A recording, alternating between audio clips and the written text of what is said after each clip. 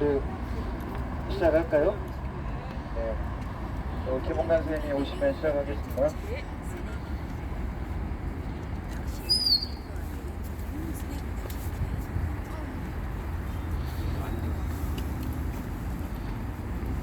네, 다 오셨습니다.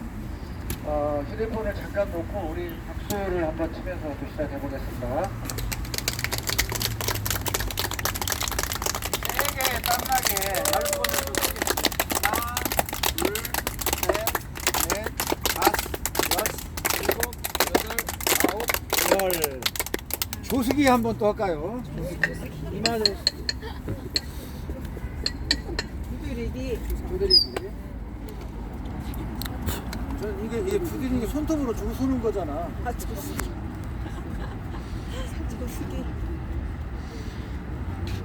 저거 해당화 같으네. 그러니까 맞아요? 네, 해당화. 해당화가 여름꽃이에요. 여름나무도 주변에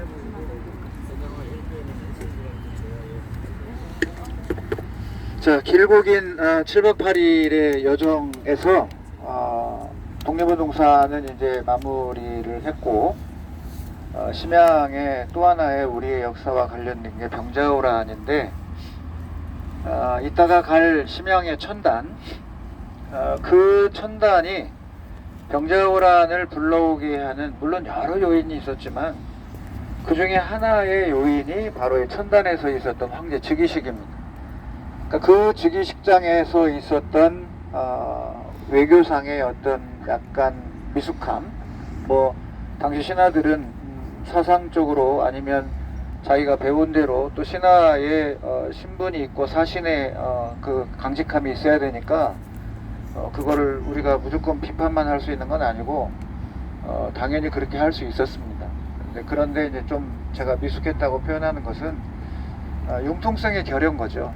그 융통성만 좀 발휘했어도 이렇게 참혹한 전쟁을 불러오지는 않았을 텐데 그런 미숙함이 있다 그러니 그러한 출발점에 있었던 두 사신단의 이런 행동, 그리고 결국은 그 자리에 한 나라의 왕이 될 왕세자가 그 근처로 끌려오게 된다고 하는 거예요.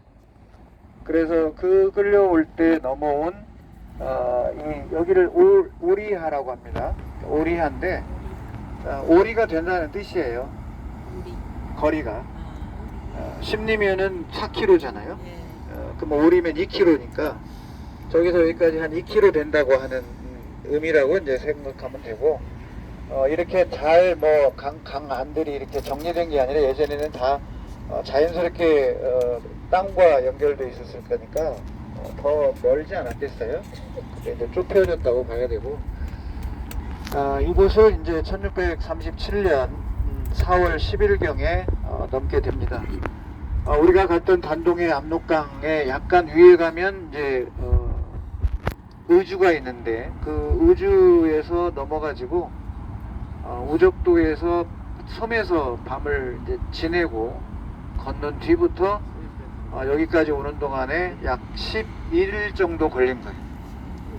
그래서 그 청성령 고개를 넘어가지고 요양을 거쳐서 태자를 건너고, 그러니까 태자를 건너서 요양으로 해가지고 북쪽으로 쭉 해서 올라오면 저 지금 제가 가리키는 방향으로 올라오는 거예요. 이 방향이 요양 방향이에요. 요 아래쪽으로 요양이 있어요. 그럼 요 바로 내려가면 이 아파트 건물 뒤로 백탑보라고 하는 요 나라의 탑이 있습니다. 백탑. 요 나라 탑을 백탑이라고 그랬어요. 하얗게 생겼다고 그랬어요. 그 백탑에서 한번 머무른 뒤에, 그리고 이제 배를 타고 넘어서 바로 이 심양의 청나라의 두 번째 성, 이곳으로 이제 들어오게 된 거죠. 그렇게 해서 아까 얘기한 대로 이 오리아 공원이라고 했는데 이 강변에 야판전터를 이제 운영을 한다. 그래서 이곳에 나와서 그 볼모로서 한 나라의 왕세자의 삶이 때로는 쉬어야 되고 그러니까 청황실에서도 직접 지시를 내려서 나가서 뜰을 거닐고 야판전을 돌아봐라, 이렇게 되는 겁니다. 그래서 여기 멀지 않아요. 구군까지, 안에 궁궐까지. 그래서 나와서 이렇게 이제 거닐고 여기서 채소밭을 운영을 하고, 그리고 나서 들어온 지 약 1637년에 들어왔으니까 5년이 지나면 1641년입니다. 41년 이쯤에 이제 농사를 지어서 하라. 농사를 지어서 생산물로 급료를 삼아서 필요한 생활 경비를 이제 쓰라고 하는 게 나오는 거지. 그래서 이 심양의 동쪽 그리고 남쪽, 남동쪽 이 세 곳에서 땅을 이제 농부를 운영을 해서 농사를 짓게 된다 그러네요. 근데 실제로 기록에는 6곳에서 농사를 지었다고 나오는데 아무튼 그 보면 세 곳이 이제 언급이 되어져 있습니다. 이렇게 해서 여기에서 경제력을 확보한 소현세자와 강비는 여기 이 노예시장에 있는 우리의 이 조선인 포로들을 사다가 이게 쉽게 하면 속환이에요.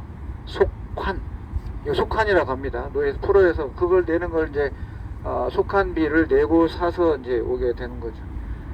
그렇게 해서 이 비용으로 여기서 농사를 지으면서 무려 1637년 끌려와서 38년, 39년, 40년, 41년, 42년, 43년, 44년 됐죠?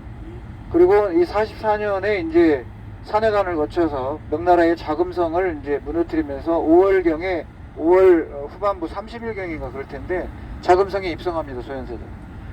그렇게 해서 이제 우리 이 소현세자관이 자금성 안에 한 곳에 이제 기거할 곳을 마련하고 그리고 나서 44년 11월 달에 청황실에서 조선으로 돌아가라 라고 이제 명령이 떨어졌어요.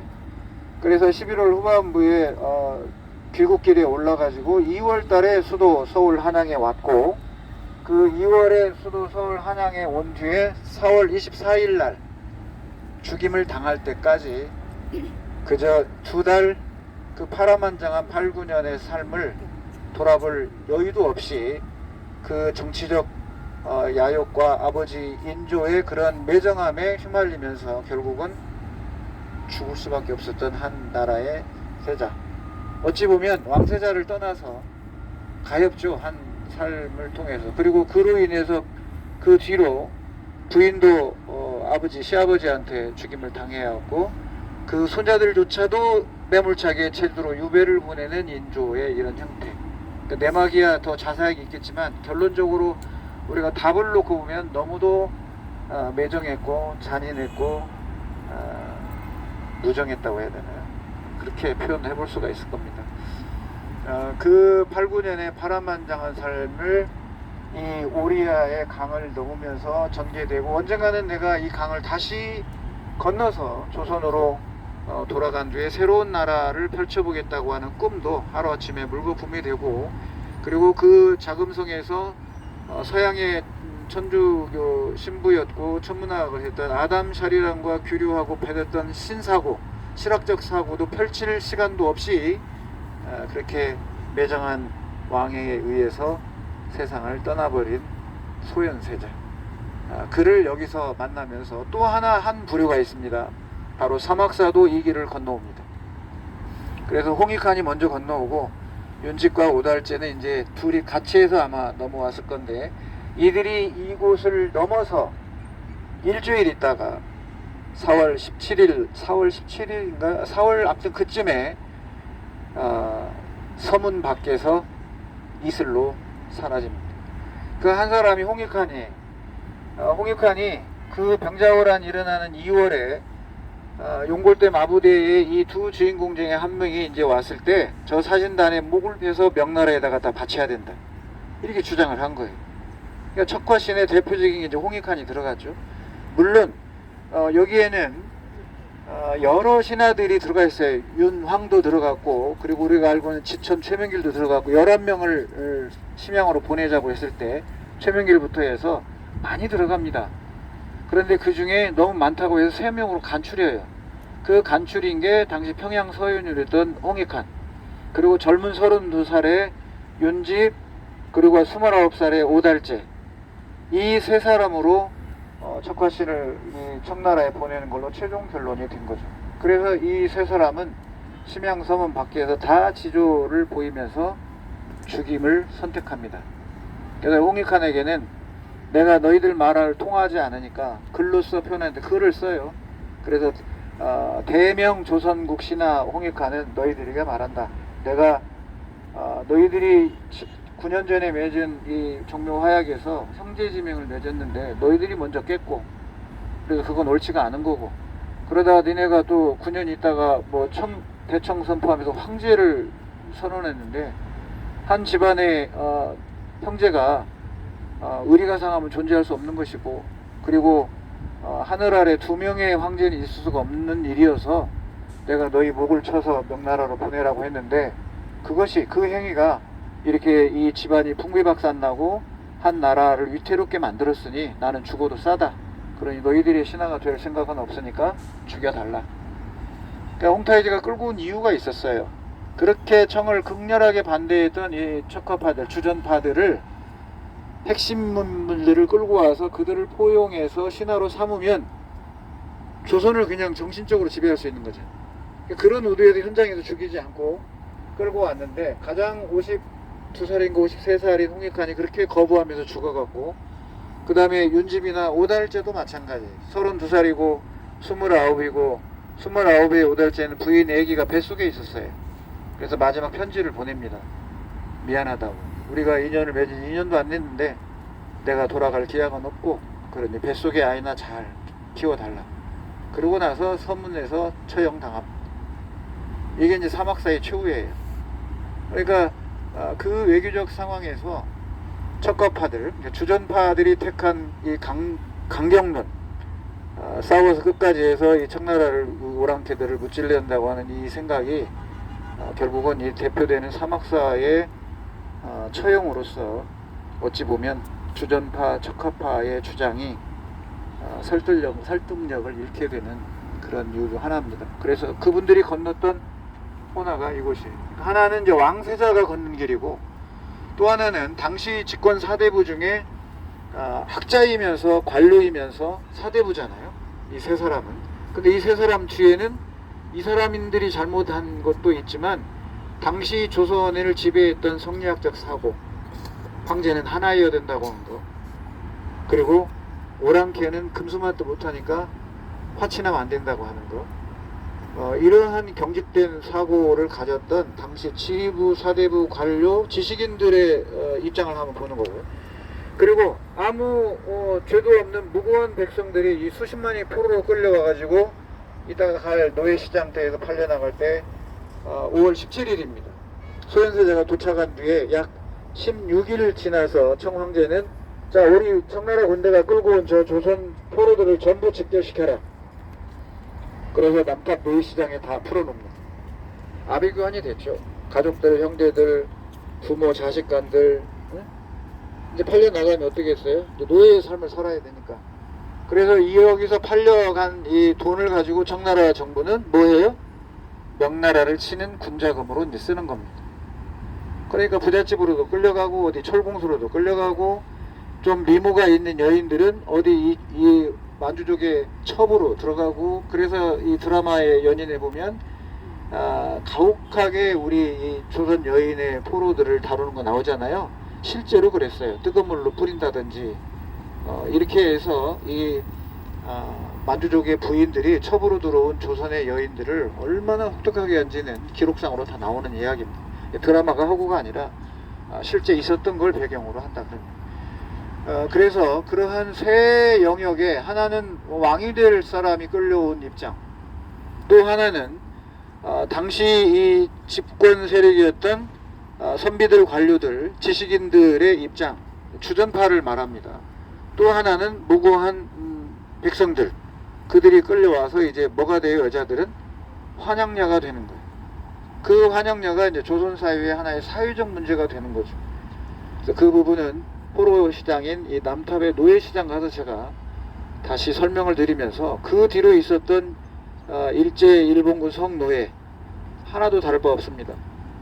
그리고 그 성노예가 해방 뒤에 돌아와서 그들의 자리, 우리 현대사의 시작점에 있었던 일본군 위안부로 끌려갔던 분들의, 우리 선대 할머니들의 그 삶이 어떻겠어요? 17세기에 있었던 병자호란의 결과나 20세기에 있었던 우리의 일제 강점기 때문에 생긴 그 아픈 우리의 선조들의 일본군 성노예로 갔던 여성들의 삶이나 별반 다를 게 없었습니다. 그래서 군산에 그러한 분들이 집결해서 살면서 미군을 또 상대하고 그렇게 이어져 갔고 우리 현대사의 비극이죠. 그러니까 외교를 한번 잘못하면 결국 힘없는 여인들이 가장 먼저 짓밟히고 그리고 우리에게 그런 아픈 상처를 두어서 아픔을 주는 거죠. 전쟁을 막아야 된 이유가 바로 가장 간단하게는 여기에 있습니다. 자, 이런 걸 생각하면서 이 심양 땅이 우리가 이제 독립운동으로 만났던 심양 땅, 또 고조선의 비파형 동검으로서 만났던 심양 땅, 그리고 고대사 속의 한 복판이었던 곳의 심양 땅, 그곳이 근대로 오면 독립운동으로 이어지고 지금 오늘은 우리가 관광 차원에서 또 기행 차원에서 왔지만 역사는 계속 진행된다고 하는 이 절대 불변의 진리를 두고 심양 속으로 들어가 보도록 하겠습니다. 갈까요?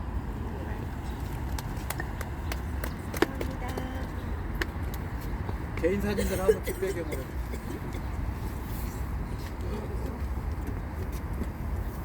이 강